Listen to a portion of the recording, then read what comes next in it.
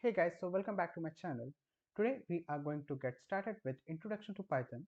So this series is basically aimed at beginners who are planning to learn Python. Okay, so now before we get our hand dirty with the coding or programming, let's get to know what is Python. So Python is basically an interpreted object-oriented high-level language. So by high-level programming language means that Python is very easy to understand and it is very close to the language which we human commonly use, that is English language. Now, object-oriented language, basically in object-oriented programming language, it's an idea or a concept in computer science where we basically deal our data as if they are an object. So what is an object? Object is basically something which has some characteristics. So let's say we want to create an application or software to manage students in a school or university. So in that, let's say we have students. So what we can do, we can think of a student as an object. So student will have some characteristics like name, university ID, or like registration number, roll number, or anything which can be used to identify the student in database. And then student might have name, not might, definitely will have name, or like date of birth, last name, etc. Right? So that means that whenever you are treating your treating important like data as an object, it is called object-oriented programming language. So it's a vast topic in itself. So we can discuss it later, like when we are going to talk about object-oriented programming, right? So now let's talk about Python. So Python is an interpreted language. So basically, when you are going to run your Python code will be checked line by line. So let's say you have written 4 lines of code.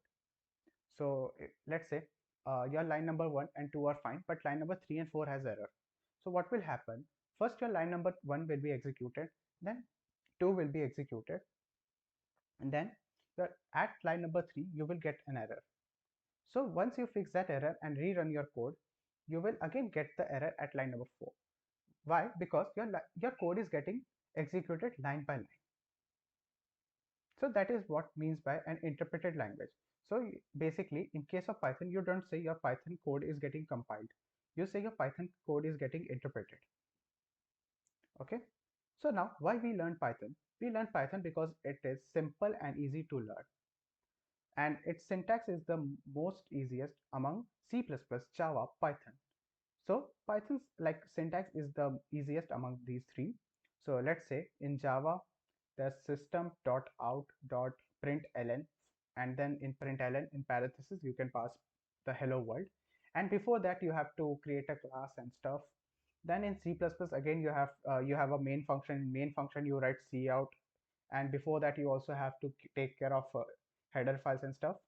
But in Python it's really simple. You just have to write a single line, that's print, open the bracket, open the double quote or single quote, type in hello world, close the quote, close the bracket, and hit the run button. You will get your output.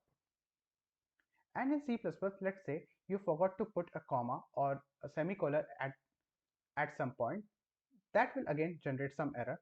But in case of Python, like since the syntax is very simple, the possibility of getting the error like that is also very less.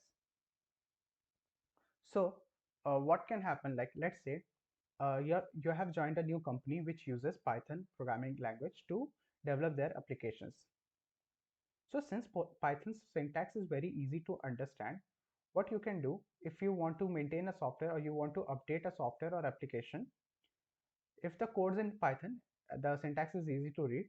So what will happen, like you can easily just read the code, understand the code, and you can make changes to update the code as well.